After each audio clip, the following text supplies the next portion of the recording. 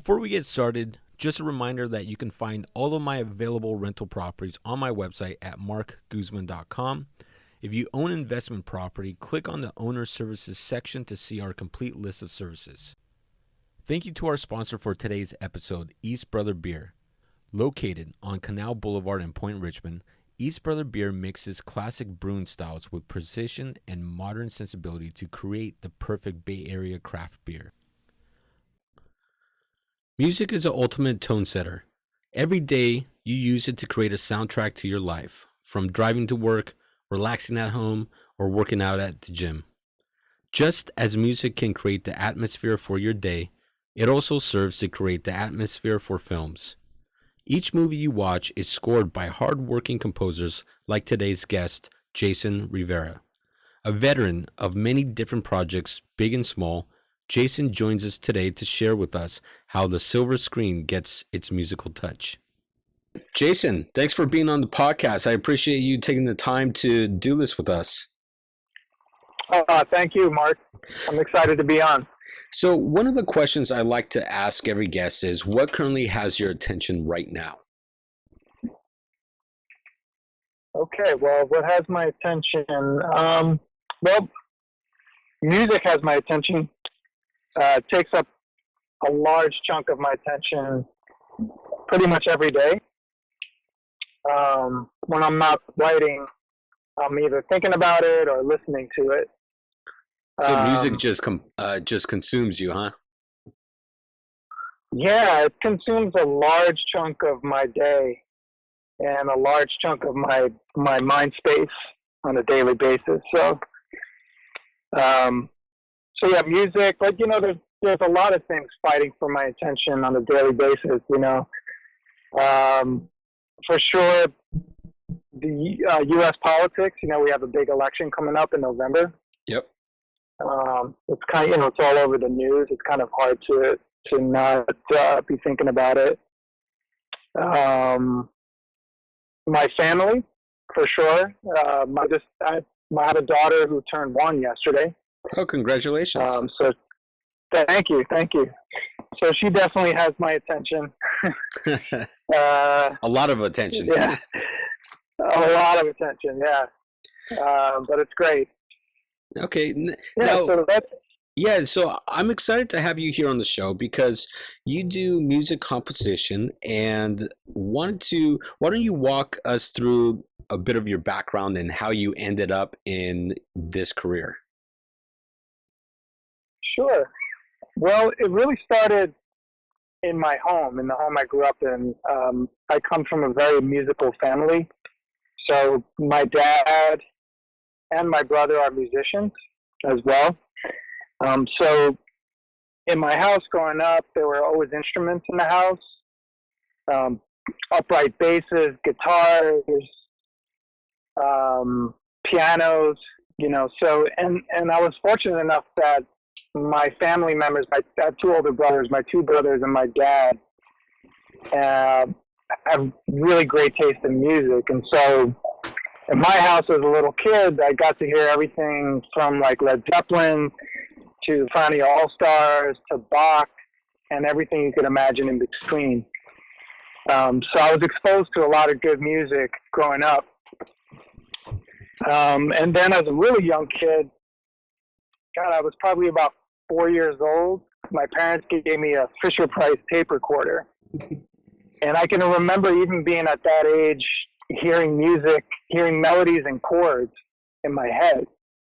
And so I would just grab that little Fisher-Price tape recorder and I would sing into the tape recorder and just kind of record my ideas down as little sketches. At what point did you realize this is something that you would love to do for the rest of your life? Well, I think, as an older kid, like a teenager, I had started playing drums and playing in bands and stuff. And then I eventually got my hands on a Tascam NK414, which is a old school 4-track recorder. And I started to record my ideas down on that. And then I would also take Beatles songs and break them apart instrument by instrument and learn them and then record them back into that machine to kind of learn songwriting. So doing that, I kind of got a good taste of what it was like to be writing. And I think, honestly, I think it's more of something that chose me as opposed to me choosing to be a musician and a composer. I think when music is inside of you and in your head all day long from the time you're a little kid, you just sort of have to kind of accept it, that's your lot. It's very interesting when you find you find a passion, but it definitely feels like that, doesn't it? Where it's chosen you as opposed to you choosing it. Yeah, I mean, part of me thinks that that's the way. Not that it should be, but I don't know. I think if you're in tune with who you are as a person, and you're listening and looking out for what interests you, that it just sort of happens naturally, where you'll realize your interests if you're listening and looking out for it. Now, when you're composing music, what software do you specifically like using? I mean, do you use any software, or do you still do everything by hand? I do a mixture of both. So I write a lot on my upright piano in my studio, and I have one of those Moleskine notebooks that has sheet music in it. And so I do a lot of my writing at the piano, and I'll jot things down and write that way. But I'm pretty fluent in the producing side of things, and so nowadays for projects, you're kind of expected to not only be a composer but a producer too. So the software that I use for producing is Logic, but I also use another software called Sibelius, which is a music notation software. So sometimes I'll write in that software as well. Now, as a music composer, how many instruments do you know how to play, and what kind of level of understanding across all the different instruments available? What kind of understanding do you need in order to kind of mix everything together into one song? Well, I think the more instruments you can, even if you don't master them, the more instruments you can play and kind of get to know and understand, the better. I started out actually as a drummer and a percussionist, and eventually I learned piano and guitar. So those would be my main three instruments. But I also studied orchestration, and so that's basically just learning the characteristics of different instruments, everything from the upright bass to the flute and everything in between. The more you know about these instruments, they become part of your palette. If you were to use an analogy of being a painter and having a bunch of different colors to choose from on your palette, it's sort of the same thing, but in sound. That's very interesting. It's funny because recently my business partner just finished producing his very first movie, and he's now brought me on board, and with a group of people we're now looking to produce the second movie. And one of the things we're doing is diving into the entire how a film is produced, everything from the cinematography to the line producers to casting, costumes. But one of the very interesting things we've come across is also the music scoring, and how important that is. It's amazing to see video with a bad song or the wrong song. It's also amazing to see video without any music, and then all of a sudden someone attaches a piece to it and it changes how you feel about what you just saw. It's so night and day. It's incredible to see. And so music composing is such a big important part of putting a film together. And so you've worked on films. I mean, how many films have you worked on, and what do you love most about working on films? So I've scored three shorts, um, a dark comedy, an art film, and a proof of concept thriller. And then I provided additional music on another dark comedy short and a comedic piece, a series. And what I love most about it is it's in line with what you mentioned earlier in terms of when you're a film composer, you're really a part of the storytelling team is really what it comes down to. And I enjoy that. I enjoy collaborating with directors and producers and understanding the story that they're trying to tell and working with them to be a part of that team, that storytelling team. So that's really, I think, what I enjoy the most about film scoring. So, what's your process in film scoring for the work that you've done? I mean, what's the very first step? If is it a meeting with the director, producers to kind of get an idea of what's going on with the film or the message, and then when you watch, I mean, what's your level of thinking when you're watching a piece of film and thinking what you can add to it? Well, usually the timetables are really fast, and you have to turn around music really quickly. And you're at the sort of the tail end a lot of times of the production process. So I think it's analogous to working with a good songwriter. You know, if you're someone producing or arranging, when someone comes to you with a really good lyric or a really good song idea, and they're coming to you to contribute something to it, number one, you have to have the awareness to respect what they already have going on and contribute to it in a meaningful way without interfering with what's already there and what's great about it. And it's very similar in film because, you know, the director and producers, the project that they're presenting you with to score could be something that they spent years working on to get to that point. And so I think first and foremost, you have to acknowledge that and respect that. You're not just writing whatever you want, you know. So the first step is that, and then having a really good or multiple conversations with the director and getting inside of their head in terms of what the story that they're trying to tell. It's really important, you know, and if they know what they want to hear and the mood that they want to create, whether it's one scene or an entire movie, if they have that clarity, it makes my job so much easier. Yeah, because then they know what they want, and then I can kind of come in and just help them realize that and add to what's there in the film. Now, what would make a film easy or hard to score? I think when the director knows what they want, it makes it easy for me.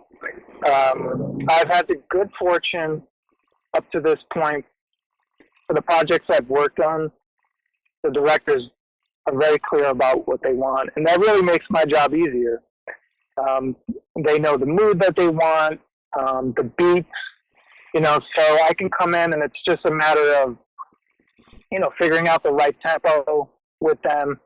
A lot of times I'll receive notes in an email from a director, and, you know, sometimes it could be 2 or 3 paragraphs worth of information, and it's really up to me to get at the essence of what they want to hear in my score.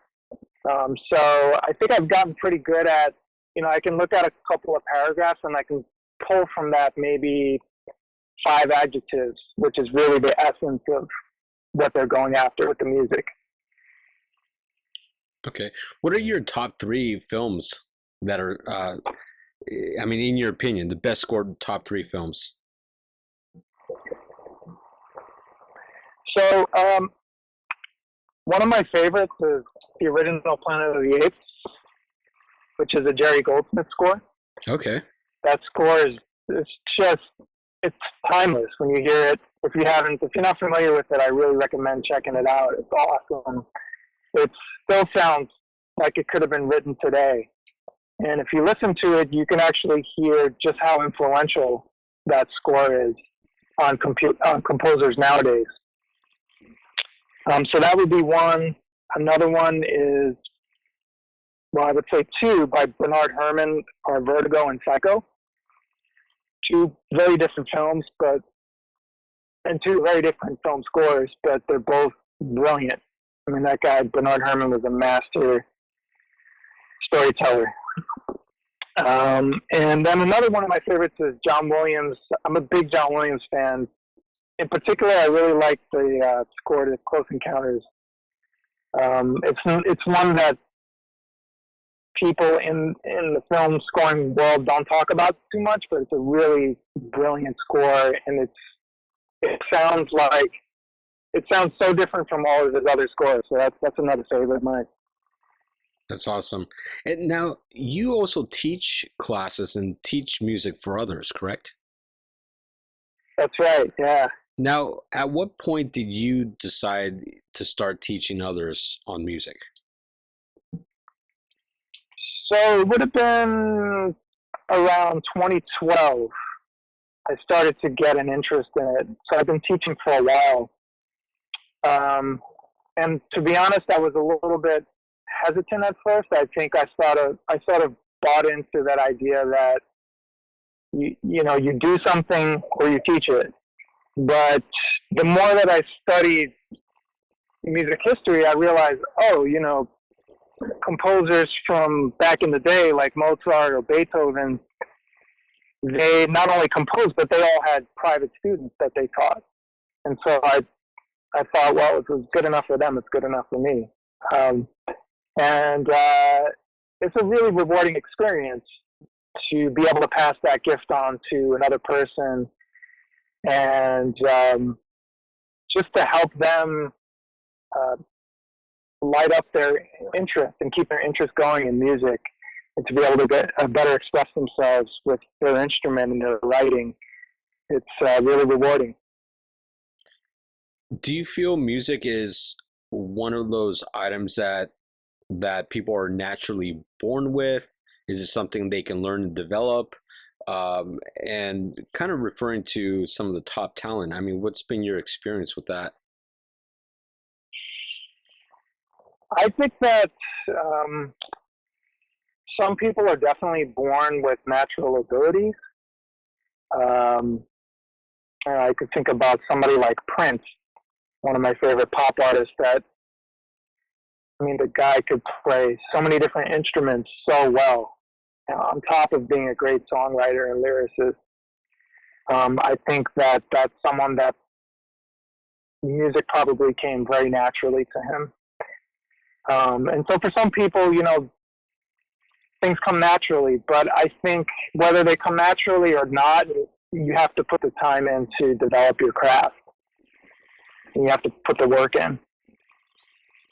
Yeah, and I think that comes down to everything, right? I mean, it could be business, it could be anything that you're trying to accomplish. You got to put in the work, got to put in, it takes 10,000 hours to be an expert in something. So, just that alone, 10,000 hours, you're talking about several years of action. That's right. I think that's not an easy pill for some people to swallow. And I think, but if you look at people who are really good at what they do, it's highly likely that they had to put that time in. Even like a band like the Beatles, not too many people know, they spent years cutting their teeth playing multiple shows in one day in front of really tiny audiences when they were starting out. To the point where I heard this story where John Lennon fell asleep in the middle of one of their sets at the keyboard. So yeah, anybody who's really good at what they did, they most likely put a lot of time and effort and dedication into being good at what they do. Yeah, I wish I was something that, and I don't even know how it would be done, but I wish I was something that more people could see with a lot of the greats, the legends, and a lot of the people that, the celebrities that people look up to, where they've built a great career in their performance.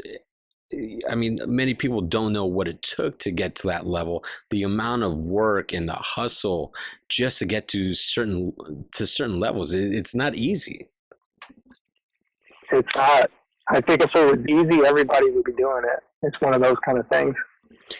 So, if people wanted to find out more information about your class, where, like, and if they wanted to hire you to teach, where can they do that?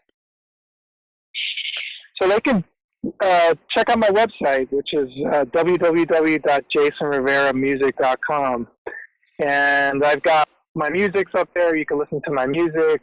I have some pieces that I scored up there, and I have links to either take a private lesson with me, and I also have pre-recorded online classes in songwriting and composing that folks can enroll in. So you can check all that stuff out on my website. Oh, very cool. I think you're the first person I've talked to that has pre-recorded online classes. That's something that I think so many people should be doing more often and putting it out there. Yeah, it's a really fun thing. I'm really glad that I started doing that. I started teaching online, pre-recorded online classes in 2018. And I'm really glad that I started to do that. It's a way that you can reach people all over the world.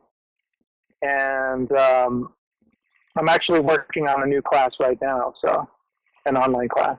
Okay, so it's available on your website. Yeah. Are you on some of the online class websites like Udemy? I think the Khan Academy is another one. I'm on a platform called Skillshare. I have a profile page on there, and I've got about, I think, around 10 or 11 classes on there. Okay, that's So awesome. you can find me on there, too. Yeah. That's awesome. So with your teaching, what's the ultimate goal for you? What are you trying to, for you in 5, 10 years, what's the ultimate goal? Well, for teaching, it's just to keep reaching more and more people and to hopefully not only communicate, because I teach the majority of my pre-recorded online classes are songwriting, composing, music theory, things like that. And so I hope to be able to continue to develop my teaching so that it's fun to take my classes and engaging, and that I can bring more and more of my experiences and myself to the table to sort of bring the material to life more. And as far as composing goes, I would really love to write more for live orchestras. It's something I've done in the past for projects in the music school. But yeah, there's nothing quite like being in a room and listening to an orchestra play back your music that you wrote. It's pretty phenomenal. So I hope to be involved in projects and in situations where I can write more for live orchestra. Now, how would you go about writing for a live orchestra? I mean, how many, what's the average orchestra have in terms of the number of instruments? So it really depends on the group that you have. I've written for small chamber orchestras where there's maybe anywhere from 10 to 20 players. I wrote a piece for a 40-piece orchestra, which was the biggest group that I've written for. But, they go as far as I've seen orchestras. Once you start involving vocalists and choirs and stuff like that, you can get to 100 pieces or more. So, you have to know the size group that you're working with and what instruments will be in that group. And that's really the starting point, is knowing what you have available to you in any given situation. Yeah, I would imagine that's got to be a great feeling. I mean, just to see a big giant orchestra play your music. And it's a big difference between music composed on computer compared to a live orchestra. I mean, it's so night and day. I mean, even Yeah. if you look at bands where I'm a big reggae fan, and so when I look at some reggae, I go to the Cali Roots the Cali Roots Reggae Festival every single year in Monterey at the fairgrounds, and you see Cool. all these different bands playing, but then you see a band like Revolution who gets up on stage and they're all about the instruments, very few electronics. It's amazing to hear, and just how they sound is completely night and day from everyone else who tries to come close to it through electronics. It makes such a big difference. And so when you listen to music and even watch films where it's being scored with, an orchestra, it's so much more elaborate and very beautiful to hear compared to, the alternative. I completely agree 100%. There's nothing quite like it. And I think, there's just, I'm a huge fan of, different software and being able to write really intricate pieces in a laptop. And it's come a long way. And I have a huge amount of respect for there's people that dedicate their work to creating really realistic, awesome sample libraries for your digital audio workstation. But to actually be in a room and to have live people responding to the music that you wrote and bringing who they are as a person and as a musician to your music and bringing those notes to life, there's nothing quite like that. I've never heard a computer sample quite be able to capture that same energy and spirit.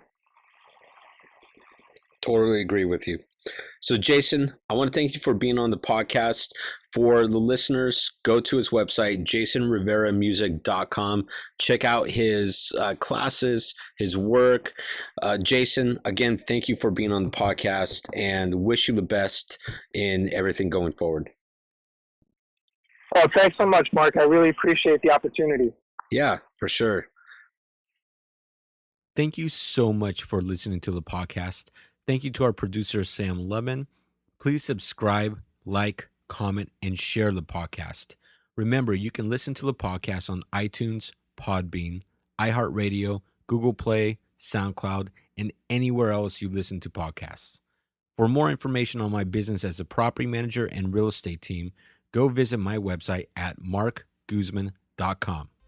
I really want to thank all of you for listening. It means the world to me, and I hope today's episode provides you value in your day-to-day life.